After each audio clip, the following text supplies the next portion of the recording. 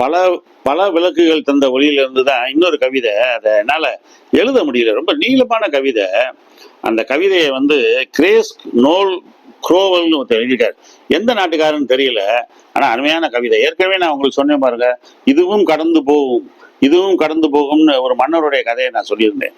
மன்னர் வந்து தன்னுடைய மந்திரிகள், தன்னுடைய அரண்மனையில் உள்ளவங்க எல்லாத்தையும் கேட்குறாரு, என் வாழ்க்கையில் மகிழ்ச்சியான நேரத்துலையும் துக்கமான நேரத்துலையும் எனக்கு ஒரே ஒரு வரி ஞாபகத்துக்கு வரணும். அந்த ஞாபகம் அந்த அந்த வரி வந்து எனக்கு ஆறுதல் தர்றதா இருக்கணும், சந்தோஷம் தர்றதா இருக்கணும், நிம்மதி தர்றதா இருக்கணும், எப்பயும் என் வாழ்க்கைக்கு ஒரு பாடம் புகட்டுவதாக இருக்கணும் அப்படின்றாரு. அப்போ தான் அந்த வரியை எழுதி கொடுக்குறாங்க. எது? இதுவும் கடந்து போகும். அப்போ அந்த மன்னன் தோத்து போயிடுறாரு. தோத்து போகும்போது அவர் எதிரி நாட்டு மண்ணை அவரை விரட்டி கொள்ள வரும்போது தற்கொலை பண்ணிக்கிறோமான்ற கூட என்ன வரும். அப்போ அவர் அந்த அந்த நேரத்தில் அவர் மோதிரத்தை பார்க்குறாரு. அதில் வந்து இதுவும் கடந்து போகும்னு அதில் எழுதியிருக்காரு. அப்போ அவர் அந்த தன்னுடைய இனத்தை மாற்றிட்டு படைகளெல்லாம் போய் திரட்டிட்டு மறுபடியும் போர் பயிற்சி எடுத்து வந்து அருமையாக எதிரியை அடித்து விரட்டிடுறாரு. விரட்டிட்டு மறுபடியும் ஆட்டம் பாட்டம் கொண்டாட்டம். அப்போ பார்க்குறாரு மோதிரத்தை, இதுவும் கடந்து போகும். அப்படின்னா என்ன? எந்த சூழ்நிலையிலையும் எந்த கவலையிலையும் எல்லாமே உங்களை விட்டு கடந்து போயிடும். அதனால் நீங்கள் எப்பயுமே ஒரு நிலையான ஒரு ஸ்டேஜில் இருக்கேன்னு. அதை தான் இந்த இந்த கிரேஸ் நோல் குரோவல் யாருன்னு தெரியல, இவரும் அதே மாதிரி இதுவும் கடந்து சென்று விடும் அப்படின்னு ஒரு கவிதை எழுதியிருக்காரு பாருங்க. ரொம்ப அருமையான கவிதை. இதுவும் சென்று விடும், ஓ இதயமே இதை மறுபடி கூறு, இதுவும் சென்று விடும், ஓ இதயமே இதை மறுபடி கூறு, உன் ஆழமான சோகத்தில் உன் ஆழமான துக்கத்தில் எந்த காயமும் நீடித்திருக்காது, நாளை ஒருவேளை குணம் பெறலாம். உன் ஆழமான சோகத்தில் ஆழமான துக்கத்தில் எந்த காயமும் நீடித்திருக்காது, நாளை ஒருவேளை குணம் பெறலாம். இதுவும் சென்றுவிடும், தானாகவே குறைந்து விடும், அதன் வேகம் தனியும். இதுவும் சென்றுவிடும், தானாகவே குறைந்து விடும், அதன் வேகம் தனியும். சூரியன் அஸ்தமனமாகும் போது காற்று குறைவது போல தனிந்து அமைதியாகி நீ மறுபடி சமாதானமாய் இருப்பாய். சூரியன் அஸ்தமனமாகும் போது காற்று குறைவது போல நீ தனித்து அமைதியாகி மறுபடி சமாதானமாய் இருப்பாய். நடந்தது ஒன்று கூட நினைவில் இருக்காது. மறுபடி அதை கூறு இதயமே உன் ஆறுதலுக்காக. மறுபடி அதை கூறு இதயமே உன் ஆறுதலுக்காக. இதற்கு முன் சென்றதை போலவே இதுவும் சென்றுவிடும். பழைய மறந்த வழி, மற்ற சோகங்கள், உங்களிடம் ஒரு சமயம் இருந்தவை எல்லாமே இரவில் நட்சத்திரங்கள் வருவது போல நிச்சயமாய் காற்று வீசினால் புல் ஆடுவதை போல் இயற்கையாய் உங்கள் துக்கம் துயரமா எதுவாக இருந்தாலும் இதுவும் கடந்து சென்றுவிடும். என்ன அழகா எழுதிக்காரு பாருங்க. இரவில் நட்சத்திரங்கள் வருவது போல் நிச்சயமாய் காற்று வீசினால் புல் ஆடுவதை போல் இயற்கையாய் உங்கள் துக்கம் துயரம் எதுவாக இருந்தாலும் இதுவும் கடந்து சென்று விடும்ன்றார்.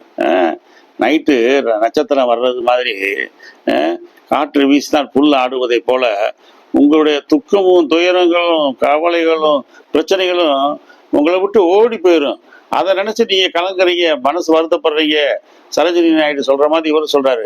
அதை நினைச்சு நீங்க வருத்தப்படுற கலங்குற உன்னையவே நீ அழிச்சுக்கிறேன்னா கொஞ்ச நாள் கழிச்சு பார்த்தீங்கன்னா அது அற்பமானதா போயிடும், கடந்த காரணமா போயிடும். ஐயா இதை நினைச்சு தானடா நம்ம கவலைப்பட்டோம், இந்த விஷயத்துக்காகவா நம்ம கவலைப்பட்டோம், இதுவும் நம்ம விட்டு போய்விடும்.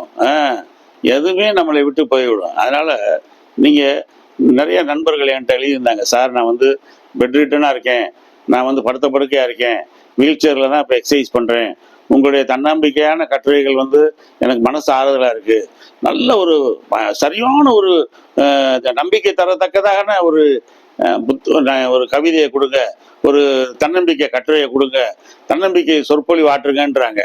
இதுக்கு மேலே செய்ய முடியாது. இதுதான் நீங்கள் உங்களுக்கு எந்த துன்பம் வந்தாலும், எவ்வளோ துக்கம் வந்தாலும், உங்கள் மனசு எவ்வளோ கலங்கமாக இருந்தாலும், நீங்கள் எவ்வளோ காயமுற்று இருந்தாலும், எவ்வளோ ஆபத்துக்கள் உங்களை சூழ்ந்து இருந்தாலும் அதெல்லாம் உங்களை விட்டு போயிடும், அதெல்லாம் உங்களை விட்டு போயிடும். அதனால் உங்கள் இளமையவோ உங்கள் மகிழ்ச்சியவோ உங்கள் வாழ்க்கையவோ நீங்கள் அழிச்சிக்காதீங்க. அதுக்காக உங்களையவே நீங்கள் அற்பமானதாக நினச்சிக்கிறாதீங்க. உங்களையவே நீங்கள் தியாகம் செய்கிறேன்னு சொல்லிட்டு உங்கள் வாழ்க்கையை இழந்துடாதீங்க. சந்தோஷமாக வர்றது வரட்டும். நம்ம எப்போ நம்ம முடிவை, எப்போ நம்ம இறைவனை, எப்போ நம்ம லாஸ்ட் மூச்சு, இறுதி மூச்சு நம்மளுக்கு நிற்குமோ அது வரைக்கும் நம்ம வாழ்ந்து பார்க்கணும். அது வரைக்கும் நடக்கிற சம்பவங்களை எல்லாம் நம்ம சந்திச்சே பார்க்கணும். மனசு தளர்ந்துடக்கூடாது அப்படின்னு நீங்கள் தைரியமாக இருக்கணும். ஏன்னா இப்போ வர்றது எல்லாமே எல்லாமே கடந்து போய்விடும். இதுவும் கடந்து போயிடும். காலையில சூரியன் வர்ற மாதிரி வெளிச்சமா வரும், இரவு நட்சத்திரங்கள் வர்ற மாதிரி அழகா வரும். அப்போ உங்க கவலைகள்லாம் உங்களை விட்டு ஓடி போயிடும் அப்படின்றாங்க. அருமையான கவிதைகள். இந்த கவிதைகளை புரிஞ்சா இந்த புஸ்தகம் வந்து பல விளக்குகள் தந்த ஒளி. நான் பல தடவை காமிச்சிட்டேன். இந்த புஸ்தகம் வந்து நம்முடைய முன்னாள் குடியரசுத் தலைவர் அப்துல் கலாம் ஐயாவுக்கு மிகவும் பிடித்தமான புஸ்தகம். இந்த புஸ்தகத்துல இன்னும் நிறைய மேற்கோள்கள் உங்களுக்கு நான் காட்டுறேன். எனவே இந்த புஸ்தகம் உங்களுக்கு கிடைச்சிச்சுன்னா நீங்க வாங்கி இதை படிச்சு நீங்க நல்லா படிச்சு பாருங்க. உங்களுக்கு மனத்துக்கு ரொம்ப இன்பமாகவும் ரொம்ப அறிவூட்டலா இருக்கும், ரொம்ப ஞானமுள்ளவனா இருக்கும். அதனால நீங்க சந்தோஷமா இருங்க. வாழ்க்கையில உங்களுக்கு ஏற்படுகிற எந்த துன்பங்களையும் சாதாரணமா சந்திங்க, அதெல்லாம் ஓடி போயிடும். நிமிர்ந்து நில்லுங்க, நேரா பாருங்க, முகத்துல ஒரு தைரியத்தை வரவழைங்க, உதட்டுல ஒரு புன்னகையை வரவழைங்க, கையை நீட்டி நடங்க, யாரை பார்த்தாலும் அழகாக சிரிச்சு பேசுங்க, யாருக்கும் கை கொடுங்க.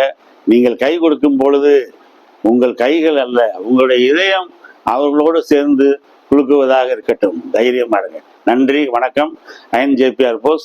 எனக்கு சப்போர்ட் பண்ணுங்க, என் வீடியோ பாருங்க, வாட்சிங் ஆன் மை வீடியோஸ், வாட்சிங் on my programs, support my programs, support my videos, வாட்சிங் ஹவர்ஸை கூட்டுங்க, பெல் பட்டன் எல்லா பட்டனையும் அமுக்குங்க. தேங்க்யூ. Good afternoon.